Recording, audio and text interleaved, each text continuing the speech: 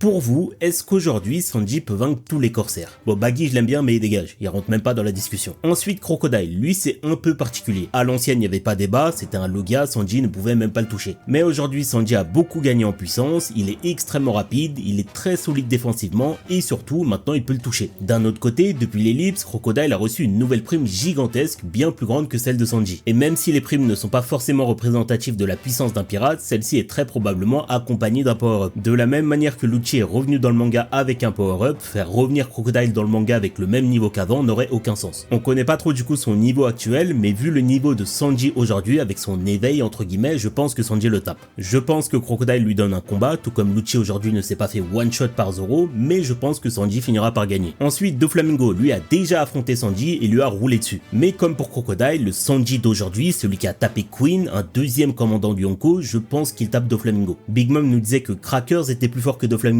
Sanji a dépassé ce niveau pendant son combat contre Queen. Moria, lui, je pense qu'on est tous d'accord, le Sanji d'aujourd'hui n'a pas vraiment de soucis à se faire contre lui. Bo Hancock, non seulement c'est une femme, mais en plus c'est la plus belle femme du monde, Sanji n'a aucune chance. Jinbei, il y a des gens qui pensent qu'il est plus fort que Sanji, notamment à cause de sa prime plus élevée, mais personnellement je pense que sa prime est surtout due à son palmarès. Le poteau pendant sa vie était corsaire et a été allié avec 3 Yonko différents. Et en combat, je pense que Sanji est supérieur à Jinbei dans tous les compartiments du jeu, à moins que ce soit un combat aquatique. Avant la suite, si t'aimes One Piece et les animés, n'hésite pas à t'abonner. Merci à H2, Alexei et Barbie, les 3 derniers abonnés. Ensuite, Barbe Noire, bon lui faut pas déconner, c'est quand même un Yonko. Même si Sanji n'a pas de fruit du démon, je pense que Barbe Noire finirait par l'attraper d'une manière ou d'une autre et il l'enclencherait avec le fruit de Barbe Blanche. Mihawk c'est un peu pareil, si Zoro aujourd'hui sur Egghead considère toujours Mihawk comme un monstre, Sanji n'a certainement pas le niveau pour le vaincre. Weeble, on sait pas grand chose de lui, on sait que c'est un monstre de puissance, il est assez sous-estimé parce qu'a priori il a été vaincu par Aramaki, mais Aramaki lui-même est sous-estimé à cause de Shanks. Weeble ça va un peu être mon joker, j'aime penser que Sanji le tape, mais en vrai on n'en sait rien du tout. Ensuite Trafalgar Law, lui c'est plus intéressant, parce que Sanji est plus résistant et plus fort physiquement que Law. Même malgré ça, je pense que le fruit du démon de Law est beaucoup trop fort. Sanji se bat au corps à corps et ne pourra pas toucher Law sans entrer dans sa room. Et je pense pas que Sanji a un haki assez puissant pour ne pas être affecté. Les seuls qu'on a vu comme ça c'est Kaido et Big Mom.